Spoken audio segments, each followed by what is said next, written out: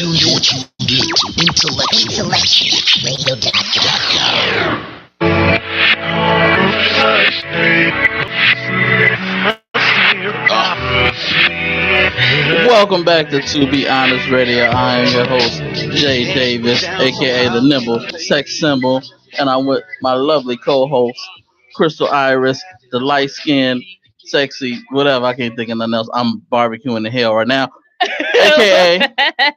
We are both definitely barbecuing in the studio today. I am Crystal Iris, the boss head extraordinaire, aka a finer woman of Zeta Phi Beta Sorority Incorporated. Don't hate. Every show. That's what we do. Yes, every show. Well, before we get started, I want to share this with people. Thank you. It's okay. I get that a lot, but this is Women's Health Month. Women's History Month. And Women's Health Month. Yes. Yeah. So I'm gonna give a health tip to the fellas. Fellas, go get your feet done, because if you cut your woman up while you're under the covers, that is a form of domestic violence. Yes, it is. I just had I had some work done on my feet, and little Real work. Wu-Tang hooked me up. I feel like I'm walking on clouds right now. And when she finished scraping my feet, it looked like I had like 2 kilos of cocaine on the damn time. I'm glad nobody else in the shop right now. I'm like, that came from me. Yes, Yeah. I'm like, where you get the rice bowl from, Wu-Tang? He's like, no, this your feet. Very dry. You stupid. So fellas, go get your feet done. Your woman will appreciate it. Thank God, okay? Because I'm definitely tired of having my ankles cut up. Okay, amen. It is the To Be Honest radio show where we have real conversations, real raw and honest conversations about dating and relationships, and sometimes other stuff. So, in lieu of Women's History Month, we must continue to discuss some things that are prevalent in our community today. One of those things are endometriosis, and who we have in the studio with us today is my friend, my sister. She is an author of the book Fighting Fiercely. She is an advocate for endometriosis awareness. Her name is Michelle Johnson. I have a question. Hey, everybody. I have a question. What, Jay? What's endometriosis? We're not there yet. Goodness, you cut my intro off to ask a question that we're not even there yet. 70% of my viewers don't have. We're going to talk about that. So they want to know what I just posted right now. Don't worry, I don't know what it was. Speaking of GED, though, would you like to give us the news? Okay. Okay. About the person that you swear has a GED. Oh, Cardi B. He's retarded. Look. She went a live video that she posted like 3-4 years ago, where she talked about how she used to drug and have sex, then rob men while she was a dancer. I don't think that was smart. Definitely not smart. She issued a statement saying, I just did what most rappers did when they talk about how the stuff that they did to get to the top. I'm not glorifying it. I'm not making excuses for it. That's my past. My past is my past. So, do we mute Cardi B because she's doing the same thing Bill Cosby did? Or is it a double standard? If you drug, have sex, and rob somebody, yep, it's the same thing. So, and I saw one guy, I saw Crystal earlier, a guy came and he posted on Facebook as a picture of Cardi B in a strip club and him, and he posted his story that, hey, I met Cardi B, we went to the strip club. I didn't even want to go to the strip club. He had to throw that disclaimer out there. They went back to his place. He had a drink. He woke up the next morning. He saw a used condom. Like $850 was gone, and his like iPod or something was gone. And he's like, he was embarrassed to tell his fiance because that was his fiance. That's his fiance. You should have been at those strip club in the first place. I know, right? He was trying. You want to take her to the back? Oh. So, I mean, I hope she has hush money payments. Hush money payments. Yeah, she don't have to shut these dudes up because they don't come from everywhere. That is a good question you asked, though. Do we mute Cardi B? Yeah, see, it's the same thing. Rape is rape. I don't care how you look at it. Sure is. If you have sex with somebody and they don't want to, That's right. They don't know about it. Right. You drug them. They unconscious. Mhm. Yeah, that is rape. And then you rob them on top of it. Yeah. That's worse. That's just like double rape. That's a good question. Yeah. That's a good question. Eddie Johnson's depressed because all 16 counts. He's gonna fall out again in front of Now the I'm camera. not up to what happened with Eddie Johnson. Can you Well, let me know? Jesse Smollett, basically, his attorney, was able to finagle. I don't know if that's the word you use, but all 16 felony counts against him have been dropped. Against Jesse? Against Jesse, he had to Oh. submit. I mean, he had to. He gave up his $10,000 bond, and he still had to do community service. So people are saying he's innocent. That's not necessarily true. They just don't want to deal with this crap no more. He's not innocent, because if he is innocent, and that pretty much put a black mark on his life. They said he was a liar. If all this stuff is true, that, like, he got beat up, where's the guys that are still gonna look for the guys who beat him up? Are they gonna issue an apology for ruin his career? I don't know. Yeah. Some Theodore Thompson says he wanted something being at the strip club. I think he's talking about the Cardi B situation. Oh yeah, he want that. That's what most guys. Nobody goes to the strip club for the winks. I don't care, even though they have them there. So I've heard most guys don't go there for the winks. That's what you told me you go there for. No, that's Twin Peaks. I go to Twin Peaks.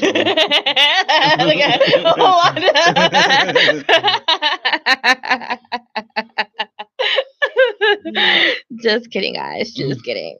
So yeah, he said he wanted something, but that's still no excuse. Whether he wanted something or not, you still don't rape somebody. You don't have sex with them without consent. And maybe he did want it, but you don't have to drug him and rob him. So Right. yeah. No consent.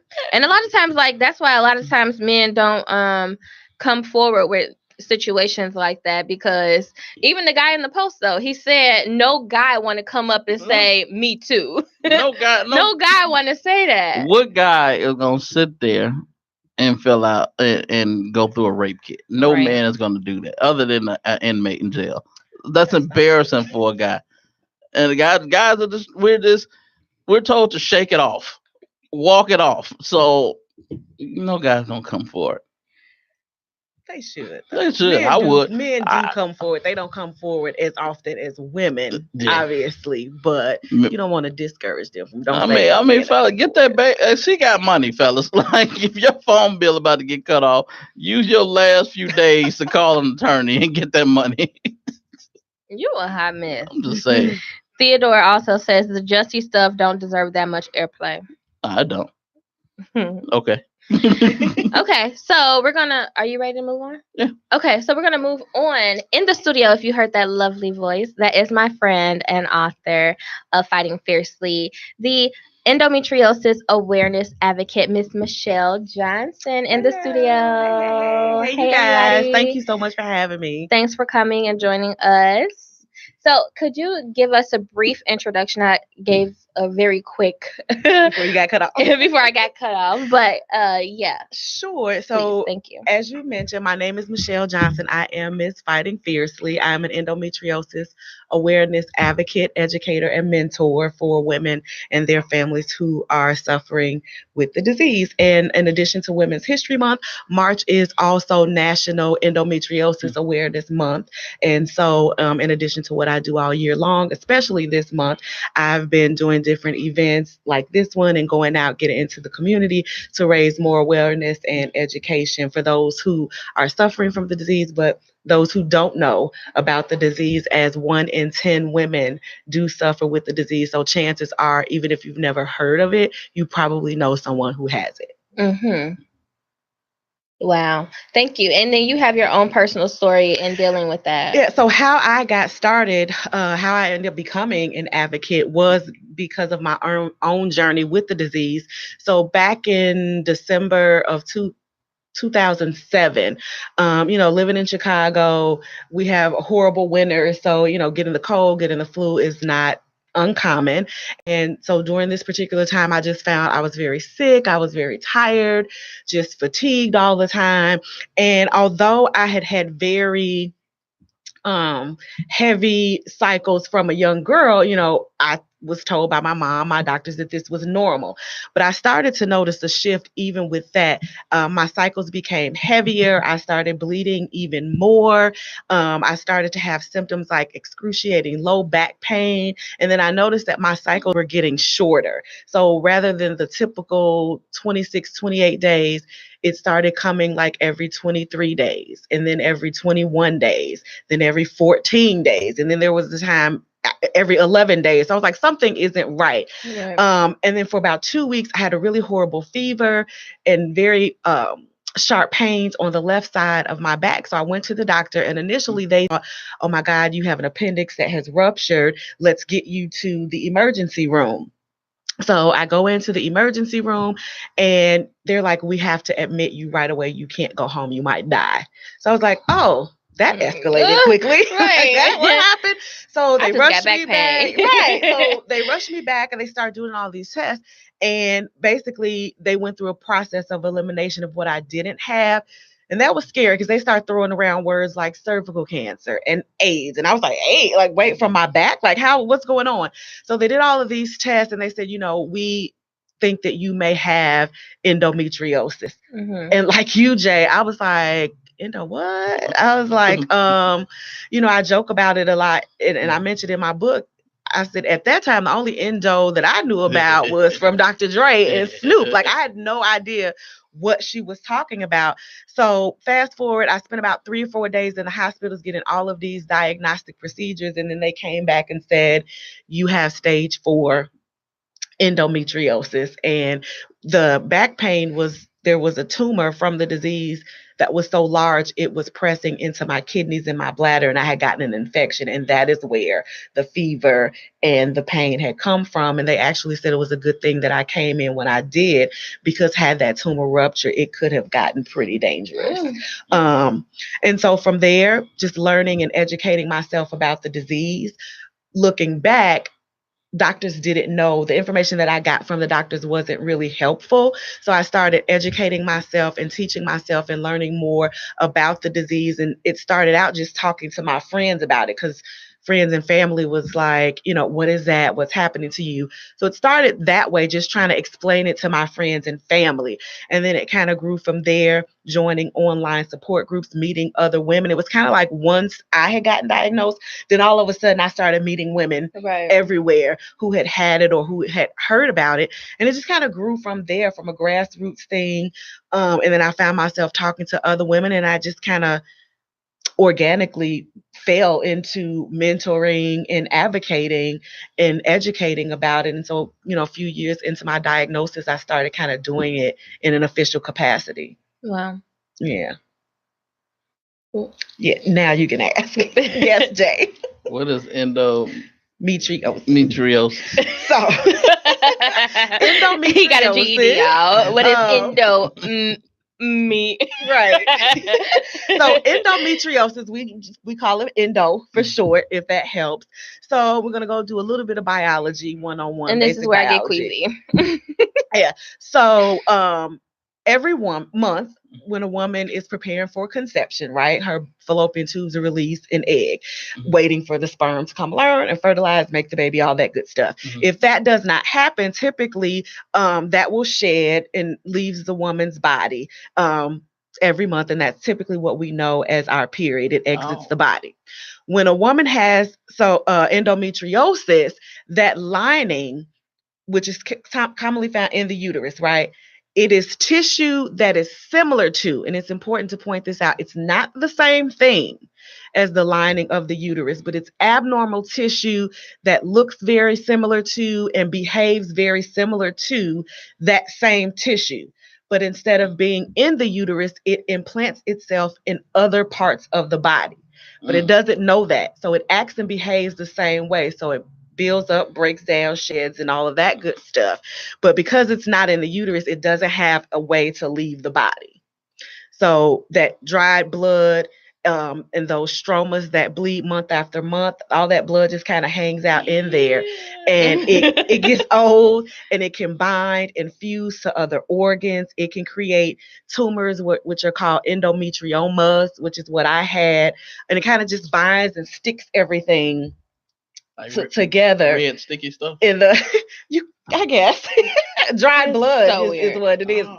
And it can become very painful, and it can kind of lead to other conditions. It can cause one of the hallmark symptoms is severe excruciating abdominal pain, usually increased obviously around the monthly cycle, painful sex, painful intercourse. It's just a very debilitating condition. And for a while, people would say it's a reproductive disorder, it affects the reproductive system, but endometriosis has actually been found in just about every major area of the body. So it's not just a women's, it's just not a period disease or a reproductive disorder. It's a very debilitating disease. And like I said earlier, 1 in 10 women have it, or about 200 million women, teenagers, and girls as young as 9.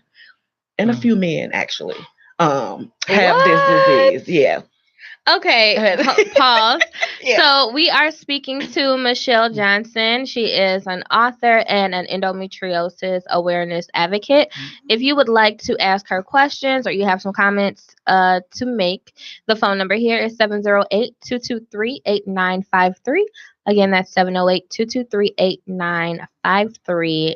Feel free to call in and ask Michelle some questions. So men having endometriosis, I never heard of that. So it's not very common. And the last time I did my research, and when I say men, I'm speaking in terms of biological men. Right, because I was going to ask. Well, we'll talk about that too. So there are a couple of things with that. So in terms of biological men, the last study I read was there have been about 8 men that have been found to have endometriosis. Yeah. How? They don't know how. They don't know, what causes it. Although research is starting to point to it being laid down in the fetal development. They've done research so it's leaning toward that we're born with it rather than develop it as previously thought later in life. And then this is something that I've recently been learning about too, still getting educated. But in terms of, our trans community, brothers and sisters, when you have persons who are transitioning, I'm trying to say this the right way, persons with a uterus that are transition and then they present as male, but they can still have endometriosis, right, if they haven't completed, because they have a uterus. Exactly. Looks like I got another excuse to use the call off work. You can only use the flu so much, so the flu and diarrhea. I just found out I got endometriosis. My endo acting up, y'all. I ain't gonna be in. It's rare. It's rare for men. You want me to prove it? You don't want me to prove it. So do the men bleed out? Like, do they have the same symptoms? I'm not really sure because again, it's not regulated to the reproductive system. So right. Men, if they've got it like in their lungs and their diaphragms, it will present differently depending on where in the body it is. Usually you associate heavy periods with it because mostly it's women who have it, and most of the symptoms are heightened during the menstrual cycle. But for example, if you have thoracic endo or endo in your lungs, you may have bleeding in your lungs, or you may cough up blood sometimes. So it just depends on where in the body you have it, on how it will present itself. But it's most commonly in the pelvic or, reproductive areas. Wow. Just a bad day for me to wear a red shirt. I've been thinking about this all night. Yeah, Jay, bad day. Bad fashion choice. I'm thinking like, it's okay. It's okay. You are silly.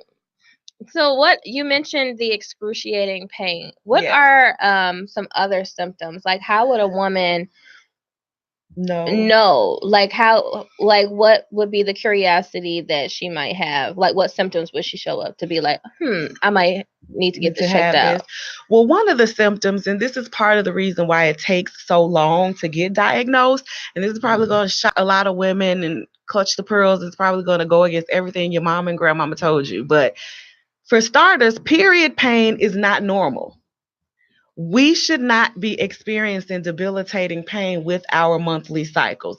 Yes, some discomfort, some cramping, those things are normal. But if you're experiencing pain to the point where over-the-counter medicines like Tylenol or Advil are not helping you, if you're having migraines, if the pain is to the point where you cannot get up and participate in normal daily activities, going to school, going to work, running your daily errands, if that pain is preventing you or hindering you from doing that, again, painful, excruciating sex with, intercourse, back pain is one of the hallmark symptoms. So those symptoms, if you're experiencing that more frequent onset of your period, like I talked about earlier, if it's a shorter time period in between your cycles, sorry, Jay, but if the bleeding becomes very copious, like lots where you're bleeding through your clothes and things like that. Through your clothes? Oh yeah, I got stories. I'm like, I got stories. But yeah, if those things are happening to you, it may be worth, investigating and talking with your doctor about it,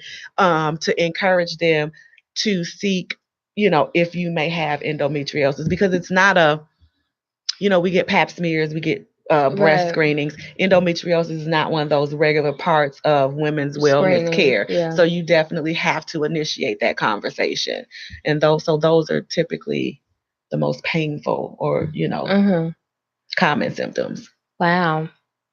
Yeah, because a lot of grandmas and moms be like, "Oh, girl, lay down, get the hot water bottle." And the funny thing is, and I talk about this in the book, a lot of times it's treated like our passage into womanhood, like, oh, you're a woman now, and this is just a part of being a woman, and suck it up. Like you said, take a Tylenol and lay down, and because that's what they did and that's what their moms did, and so they just kind of continue to pass that on. And even doctors will say, this is normal. It's just part of what you have to deal with as a woman, and it's not. It is, deal with it. Here's my bill. That's pretty much. Pretty much, yeah. Oh wow. That's pretty much terrible. Yeah. Yeah. I remember you having a lot of struggle early on. I don't know if it was early on or not, but I know a few years ago I had come to pick you up from the doctor or take you to the doctor or something, and you was like really frustrated, and things like that. What are some things? How does it emotionally impact women? There's a lot of emotional impact. And one of the things I tell people is that the thing to remember is that endometriosis is not just a physical disease. It is a whole body disease, and you are impacted emotionally, mentally, spiritually, for a lot of women, financially, because a lot of the care surrounding endometriosis is not covered. But the day that what you're talking about is a lot of the frustration comes from the majority of doctors, OBGYN that women go see, they're not educated to treat this disease. There are only a handful, don't quote me on this exact stat, but there's only maybe about 77 specialists to treat this disease, I think, throughout the whole United States. Wow. So the majority of our regular OB-GYNs, they're not trained to adequately look for this disease, treat this disease, diagnose this disease. And so a lot of times they're just kind of flippant or nonchalant. They tell you you're over exaggerating your symptoms, you're just seeking drugs, or they don't know how to treat you, and they won't say that. So they use you as a guinea pig with all of these, treatments that impact you in all these different ways, rather than saying, I don't know what I'm doing, let me send you to a specialist. So there's a lot of different angles where the frustration comes in, because a lot of doctors just simply don't know what they're doing. And so women can't get the adequate help and care that we need. And it's, the day you took me was just one of, 6, 7, 8, 10, 12 doctors visits a month, every month for years and years and years, So it's a lot of frustration and emotional impact that comes along with that. You don't want to feel like you're a burden. Like, I don't want to call you and be like, girl, can you come take me to the doctor again? You just kind of get tired of asking people for help, and you don't want to feel like you're imposing on people. So a lot of times we just kind of suck it up and just deal with it in silence, basically. Wow. Yeah. Mm-mm. Yeah. I am always like so I don't know, shocked. And I've heard you talk about endometriosis for years, but every time that you explain it, it's like I'm learning something new, and it's like a new like aha moment, Yeah, or yeah. something. It's crazy. Some Theodore asks, how is endometriosis properly treated? So So first, mhm, share what the doctors were originally telling you, and then share what how it's to supposed properly to be. diagnose. Okay. So as of now, there is no cure Mhm. for endometriosis. There are only various ways to treat the disease. But in order to properly treat it, you have to properly diagnose it. A lot of doctors will tell you MRIs, scans, ultrasounds. None of those things can adequately diagnose the disease. What they can show is maybe abnormalities in the uterus or swelling or obstructions, but that could be from any number of things. The only definitive way to diagnose the disease is by a procedure called laparoscopic surgery, which is basically where they make small incisions around your abdomen and they go in with a camera to look and see the disease. And sometimes they may biopsy some tissue to confirm it. If it's a good specialist, sometimes it's very visible. Like mine was a very severe case. It had wrapped itself like all around my left ovary and fallopian tubes. Like it was visible to the naked eye. But then sometimes it can be microscopic. So that's why you need a specialist to know the different colors, the different sizes, the different variations of what it looks like in the body. So that's the first step, is getting it properly diagnosed. And again, there have been regular OB-GYNs that have done surgery on women.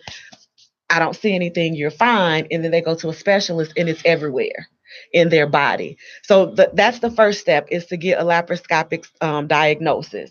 Once you've been diagnosed, there are a number of ways that you can treat it. It basically depends on, for the woman, what her goals are.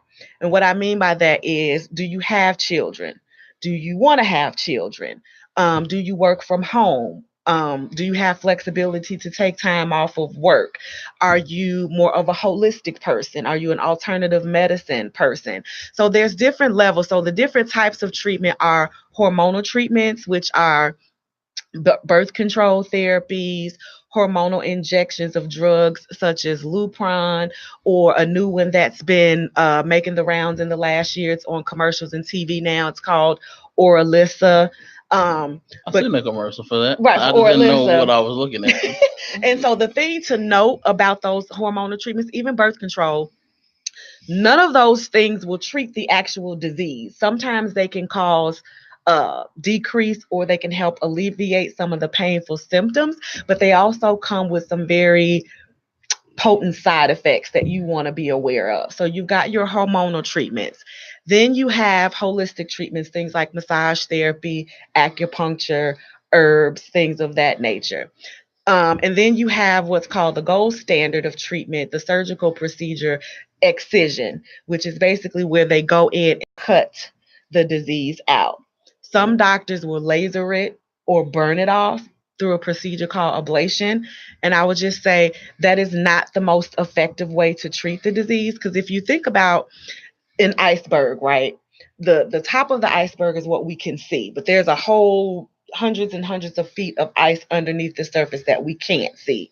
So if you think about endo, like if you just laser off the top, you still got all the root under the bottom that's left, and it's just going to grow and grow and grow.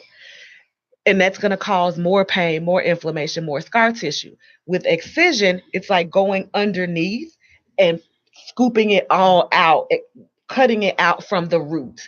And if it's done successfully, it'll give you maybe between a 5 and 15% chance of reoccurrence, which means it's an 85% chance that you may stay symptom free and pain free. So again, the methods just depend on what your life goals are, what your personal goals are as a woman, because there's different levels. Some women are like, I don't have kids, I don't want kids, I'm going to try ABC. In my case, I knew that I had a severe case, but I still wanted to try to get pregnant, because you can get pregnant with this. You can still have children with this disease. It doesn't automatically make you infertile. Okay. So I opted for alternative pain treatments, painkillers and just different treatments, holistic treatments, dietary changes is another way that you can deal with symptoms. I just wanted to make sure that I tried everything before coming to the option of hysterectomy. And let me just say, hysterectomy is not a cure.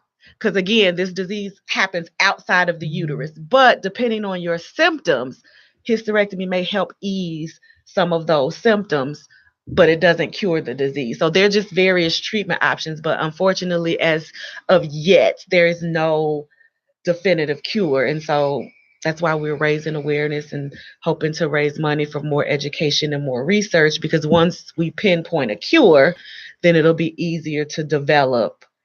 Once we develop the cause, it'll be easier for them to try to, get a definitive cure. Because right now, no one thing works for the same woman. Yeah. There's no, here, do this for every woman. Every woman, all those treatment options, every woman goes through at least 2 to 3, if not all, of those methods at some point during her journey. Yeah. Yeah. Wow. It's a lot. That is a lot. Just like the regular monthly cycle can be a lot, and then for women who are struggling with endometriosis, you have so much, that it impacts spiritual, mental, emotional, the relationships, right? Yes. Relationships are definitely impacted by endometriosis. It's difficult. I've spoken to women whose husbands have left them, whose partners have left them, people who are dating, whose partners have broken up with them. They don't understand the disease, and again, sorry, Jade. This is a lot of the men. All they hear is no sex, or they don't get sex as much as they want, and that's it. They're just like, I can't get none. I'm out. Never once, looking at other options. But that's one of the biggest reasons, is that they can't have sex as much as they want to. And so they leave without not fully understanding the impact or why that is. But yeah, I remember counseling a young woman. Her husband just came home one day and drained the bank accounts. It was like, I can't do this anymore. This is too much. I want a divorce. I'm leaving. Wow. And he left her there. Yeah. Yeah. Yes, Jay. Endometriosis doesn't affect your throat, right? Well, if you have thoracic endo, it might. I mean, it's no reason to walk out. Well, you know what? I know you're being sarcastic. There's no reason to leave somebody. But you say that, but actually you're right. And I do talk about that in workshops and in the book. That's one of the things when I talk to couples, we talk to them about how to love literally outside the box. Do you know what I mean? Exactly. Because I see what you did there.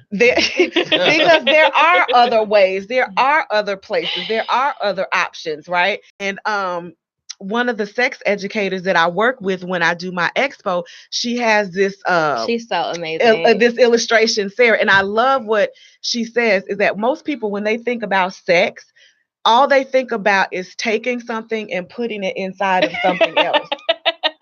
And sex is so much more than that. It's so much broader than that. But yeah, relationships are affected. Again, and it's not just the sex. Sex is one, but again, women are called lazy because if they're too tired, they can't clean, they can't look after the children, they can't work. We're called, oh, you just want to take time. Must be nice to take time off work. Nobody wants to not go to work for this. You can't enjoy your social life. There have been plenty of times I couldn't do Christmas at my mom's or Thanksgiving. I had to call and be like, hey, bring me a plate. I can't get out of the bed. Right. You can't, dating, you may just start randomly bleeding in the middle of the date. Like, how does that happen? You may get sick in the middle of the date. You may have to cancel the date. At what point in the dating do you tell the guy that you have this? When do you bring this up? But is that things you think more men need to be educated about? Absolutely. Because it's just like, I think if they knew, they would understand. Yes. Because I had an ingrown toenail and I wanted to kill myself. I'm like, I was thinking like, Yes. I'm gonna give somebody the TV. I'm gonna leave my You niece. make it out the kid. I'm wheel. like, I can't take this no more. It Like, goes it's a cold wrap. down. So it's like I couldn't even imagine like the constant pain, and you just can't do anything. I didn't want to get out the bed. I'm like, man, just take the whole foot. And just take it off. But I actually dedicate an entire chapter in my book to the men. And there is a scenario that I draw, kind of like a parallel, using men and their parts, to paint a picture. Like if this was you, how would it be affected? And a lot of men read that and then they're like, oh, but I definitely do think, and again, not just men, because again, as I'm learning, not just same-sex partners, men and women.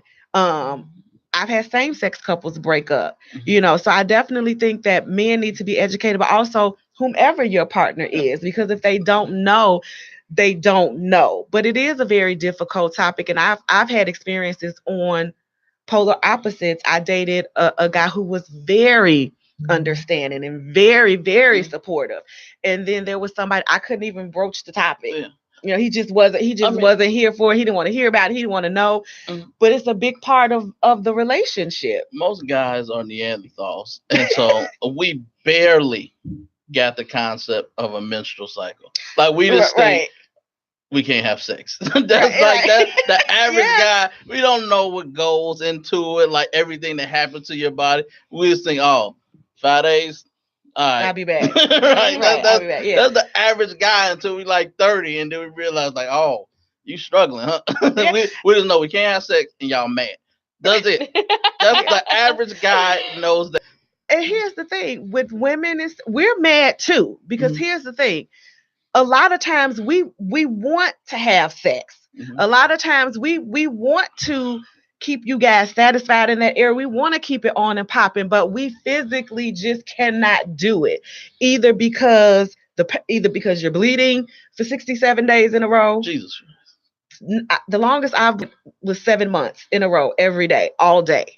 So either you're bleeding, you're so anemic from the blood loss, you don't have the energy for it. Wow. Or the penetration is just too painful. For a lot of women, the desire is there. We don't lose the desire, but sometimes just the literal ability to follow through just doesn't happen, So that's one of the biggest things that we need partners to understand, which is why, again, we do need to expand our view of what love is, of what intimacy is, of what sexual gratification is, because there are ways, and then too, for a lot of times with women in sex, we're faced with this dilemma.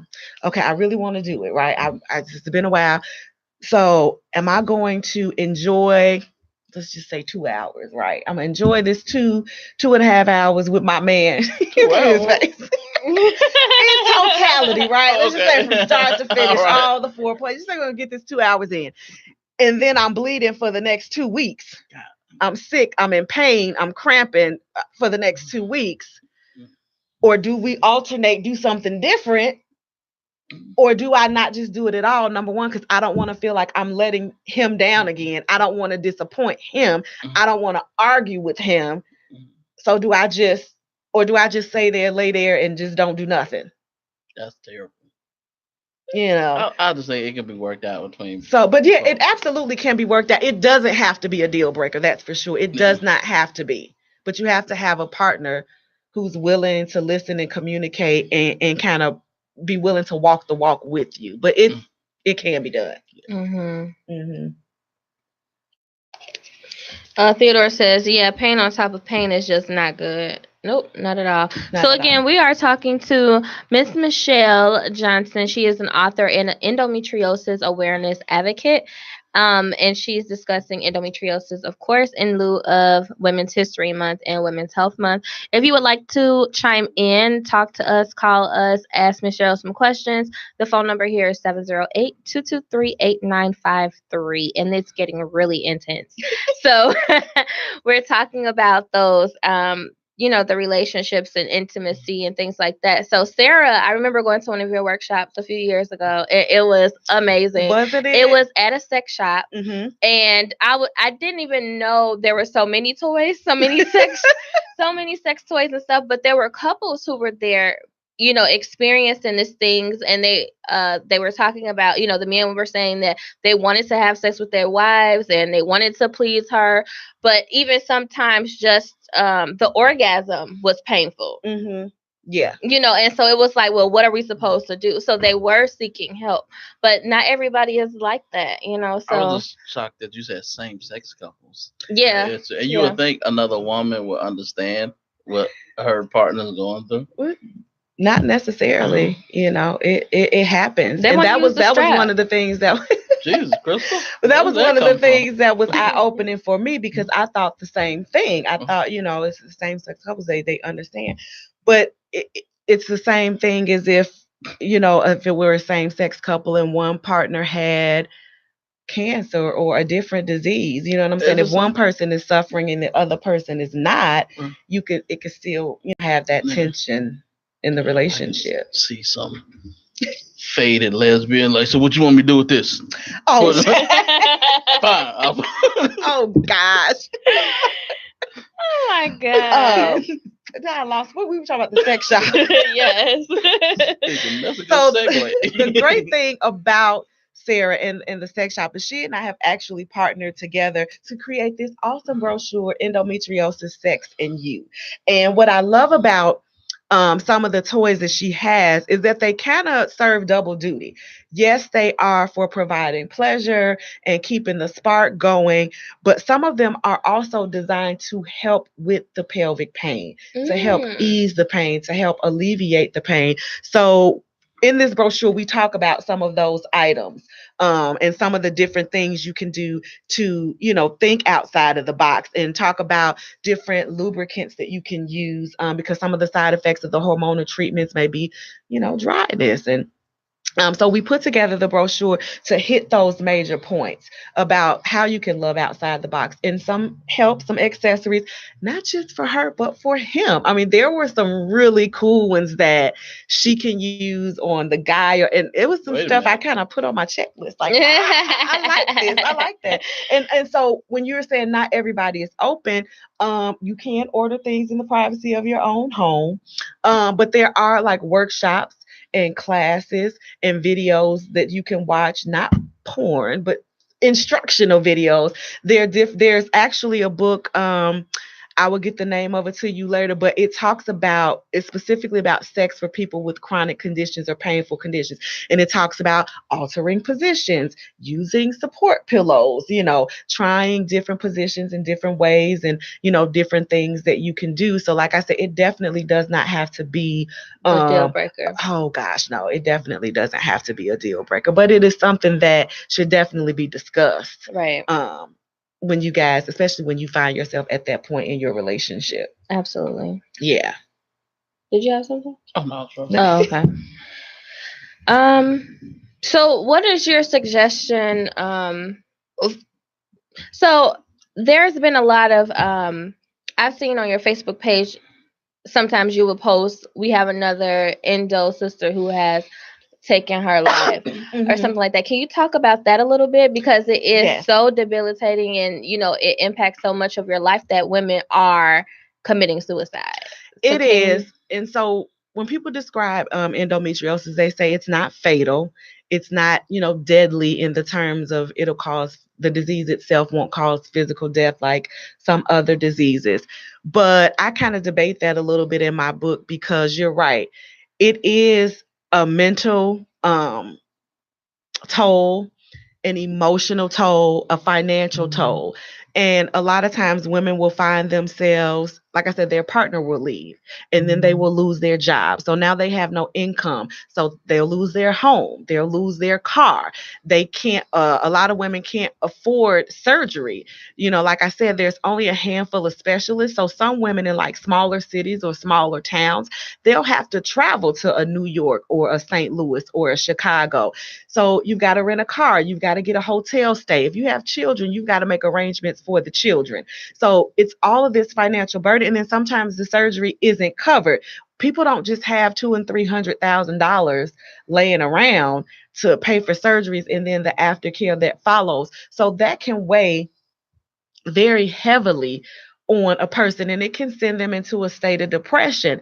A lot of the medications that they prescribe, I know for myself, one of the medications that I was given absolutely made me suicidal, and I remember trying to take my own life. Like, just all the medications, I just remember lining them up on my dresser and was like, theoretically, I could mix this, and this, and just lay down and never wake up. I had, at that time, I had just recently left corporate America and started my journey into entrepreneurship. This was before Obamacare, so I didn't have any health insurance.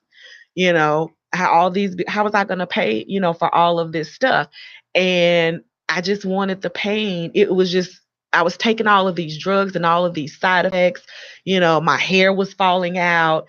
I was gaining weight. I was having night sweats. I was seeing spots. I was falling down in the middle of the street. I didn't have any, all of this stuff was happening. I felt broken. I was like, no, ain't no man gonna want me. I'm less than a woman. Who's gonna want? I'm jacked up inside. And you're just all these things. I may never be able to have children, And so for some women, it becomes overwhelming. And unfortunately, there have been several sisters who have succumbed, just to the weight of the disease. And unfortunately, we have had a number of sisters to take their life behind this disease. And so that's why I'm very adamant when I hear doctors and people say, you can't die from this disease, and the pathology may not kill you, but the weight, the effect of this disease, I've been there. And I remember the only reason I didn't do it, and I said, if I take all these pills and it doesn't work and I end up in the hospital, it's just going to be another bill I ain't going to be able to pay for. Depression is And I said, and if I wow. do it and it does work, how is my mother or father going to feel when they're the ones that walk in the door and find me like this? Yeah. And I did, and I remember I did take like some extra pills that night. Thankfully, I just kind of slept well into the next afternoon, but it was just, you just wanted to stop because this is a chronic disease, and you just wanted to stop. And people don't realize that. They're like, oh, girl, it's just a bad period. Every woman gets a period. This is not a bad period. This Right. is so Wow. much more than that. And so, sadly, the numbers are increasing. But whenever that does happen, I do make a special effort to post it, to acknowledge that sister, to remember her, and to let people know this is another of side effects, in my opinion, of having to deal with this disease. Yes. And depression is a disease too. Exactly. Now, I'm in therapy right now for it. I was just sharing with Crystal before we came on.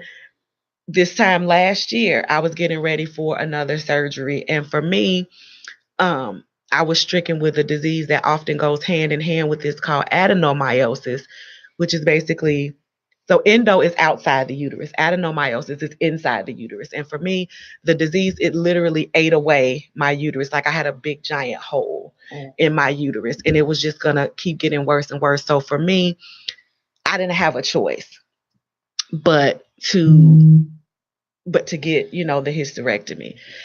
And going through that process, after I had the surgery, I spent so much time focused on my physical recovery. I didn't give myself time to grieve the loss, the fact, to come to grips with the fact that I don't have children and I will never be able to physically bring a child into the world. And that's hard for a lot of women. It's hard, and a lot of the symptoms of this disease, a lot of times the cramps that you feel, they're like on par with labor contractions. So here I am, I'm having these contractions, but it'll never be to birth a child. Here I am, my breasts are swollen and full, and my breasts are sore and tender, but it will never be because they're filled with milk for a child. Do you know what I'm saying? Mm-hmm. And I just was in the doctor's office one day for a regular visit, and I just broke down. I did not allow myself, because I was just so focused about the physical and the stitches, and I just broke down one day. And so this is my second time since in this endo journey that I have been back in therapy, for the emotional aspect of it. And I didn't even realize that this was sitting there. And so many of us, we just push it down and we just keep going, and we don't allow ourselves the time to deal with the emotion. Because a lot of us are like, I got to get back to the kids. I got to get back to work. I got to get back to my husband. So that emotional toll just sits there. And for a lot of us, one day it just explodes. Mm-hmm. Some women, sink under that. Some of us end up in therapy for it. Right. So what are some other things that women can do to continue to love on themselves? Yes. Like, is there anything else besides therapy that you support? Support is so very crucial. For me, I didn't have a lot of support, not because people didn't want to, but they didn't know what it is. They didn't know how. So for me, a lifeline that was for me was the internet. I found several online support groups just from Googling, researching. Facebook, believe it or not, has some amazing online support groups. And it was those women that really helped to keep me sane and to stop me from harming myself and doing things, because the great thing about the internet is that it's always on. So if I was having a crisis at 3 a.m. and I don't want to disturb you or disturb mama, I could get online. Hey, who's up? And it may be a sister in another country, and they were there to have that conversation and to help me sort out symptoms when the doctors couldn't. It was because of an online sister who led me to the specialist that I have now, who literally saved my life. So I think support is crucial. Whether you get that support from a spiritual community or a church community, whether you get it from other women, but I found other endo women, that has been so critical in my foundation. Find you a doctor, a specialist who is going to listen to you. That is so critical. I went through about 5 or 6 doctors I had to fire before I found one who would listen to me and say, what do you want to do? Okay, this is what you want to do. Let's work together to get a plan together that can help you get there, rather than just take this drug, have this surgery, do this, do that, without any input from me. So it's very critical. And to love on yourself, journaling helped me. Just writing it out and getting it out so you're not carrying it with you. Because, and this is just real life, sometimes people get tired of hearing your stories. People just, they're human. They got their own stuff. They're like, damn, you talking about this again? But it's not healthy to keep it in. So just journaling it out, that was a way for me to get it out. Just so that I'm not holding in on it. But just be gentle with yourself and understand that this is a journey. And one of the critical mistakes that women make when we have surgery, we rush to get back to normal. And one of the best things that you can do to love on yourself is understand that you have to shift and redefine what normal is.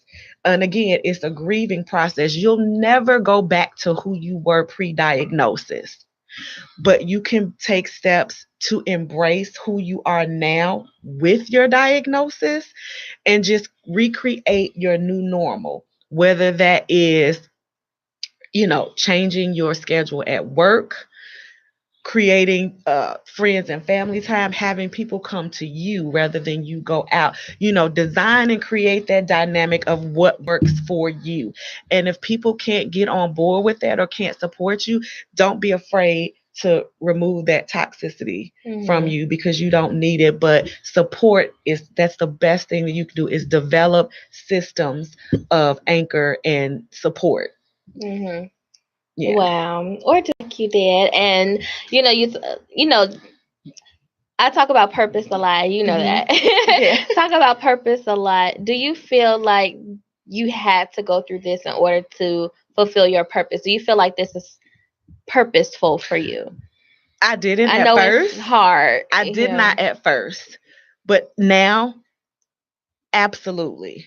Absolutely. Because when I told you I first started, it just started with me talking to my friends and family, trying to get them to understand. And I'll never forget, a girlfriend of mine said, you should start telling people about this. You should start talking to more people about this. And I am not putting my business in the street to be judged. So people think I've been slutting around and sleeping around, and that's how I got this disease. And, I didn't want to be judged. Yeah. And so I was like, no. But the more experiences I had and the more women that I kept coming in contact with, it became absolutely bigger than me. Mm-hmm. And I did find my purpose. And just last week, I received 2 emails from 2 different women who shared with me, oh my God, your page, your book has been such a godsend. I didn't think anybody else understood what I was going through until I read your story. And I feel like I'm not alone, in this. When I have people reaching out to me from other countries saying, we don't have this level of education here. Thank you for sharing this. Now I have your book. I can take it to my doctor or share it with my family to help them understand. Mm-hmm. I didn't choose it, but once I accepted the fact that I had it, I was like, you're gonna have the disease anyway. So you can either, live with it or live with it. You know what I mean? And I chose to live, to get out and to turn that pain into purpose. I know people say that a lot. Mm-hmm. But I absolutely did. And I'm grateful that I did. It's been ironically, one of the biggest blessings, believe it or not, to ever happen to me. And I tell people I didn't ask for it. I'm just a vessel, because I did not want to be having these discussions about, down there in my life and sex. I mean, my parents listen to me. Like, and I Your remember daddy is those first conversations, looking at my mama's face out in the audience, and it's like, but this is what it is. And I remember, you can't, was our coach Danae would say, you can't conquer what you don't confront. And so, and I remember a young lady said to me, and this is not the R. Kelly Me Too movement, this is a different Me Too, but I was speaking at a engagement once, and a lady came up to me and she said, sharing your story, she said, everybody has the power of Me Too, meaning that when you share your story, somebody from somewhere is going to come up to you and say, me too. I had that same experience. I go through that, and thank you for that. Yep, absolutely. And thank you, Michelle. Thank you for having me. Thank you so much. This was powerful. I know. I just love my Michelle. I was, because the reason why I got a little emotional is because I've known Michelle for years now, and I remember how adamant she was about not getting a hysterectomy because she was going to have family, she was going to have children, and things like that. And so for her to say this now, having had the hysterectomy, it's like, oh my gosh, Michelle, I'm just empathizing with where she is in her journey. So, but there are other ways to parent. Absolutely. And I'm absolutely looking into fostering and adopting. And so again, it's not a deal breaker. All hope is not lost in that area. Right. Yeah, absolutely. So do you want to, we have to wrap up, but can you tell us about your book very briefly, and then tell us how to follow you? Sure. So very quickly, my book, Fighting Fiercely, Unveiling the Unknown About Endometriosis, it is a guide for educating, enlightening, and empowering both women who have the disease and their loved ones. So if you're a woman with the disease who wants to know how to go about getting proper diagnosis and learning how to advocate for yourself, or share with friends and family from a third-party point of view, if you're in a relationship, if you're in a couple and you want tips on how to strengthen your relationship, all of that good stuff is in there. There's also a resource guide in the back for specialists, for support groups, for organizations that you guys can use to help you in your journey. Social media, I'm on Twitter and Instagram at Fight Fierce Indo. You can find me on Facebook at Fighting Fiercely. And just really quickly, this Saturday, the Worldwide Indo March is coming to Chicago, and I'm going to be a guest speaker there. So we're going to be in Oak Park from 12 to 4. So if you guys are in the city or in Oak Park, come out. The march is going to be, I think, from 12 to 1, and then we're going to come back to the Oak Park Townhouse, and there's going to be discussion. I'm going to speak a little bit. We're going to have raffles and some good stuff. So follow me on all the social media pages. I've got postings up everywhere. So again, Twitter and Instagram at Fight Fierce Indo. You can find me on Facebook at Fighting Fiercely. Awesome. I am Crystal Iris, Boss Extraordinaire. You can find me on Facebook and Instagram. I am Crystal Iris.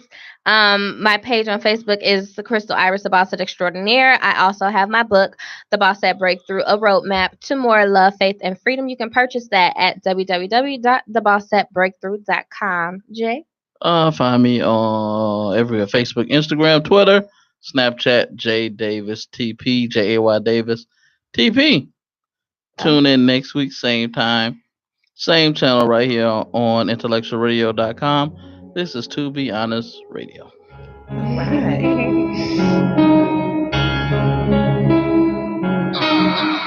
Okay, let me start by saying I was wrong.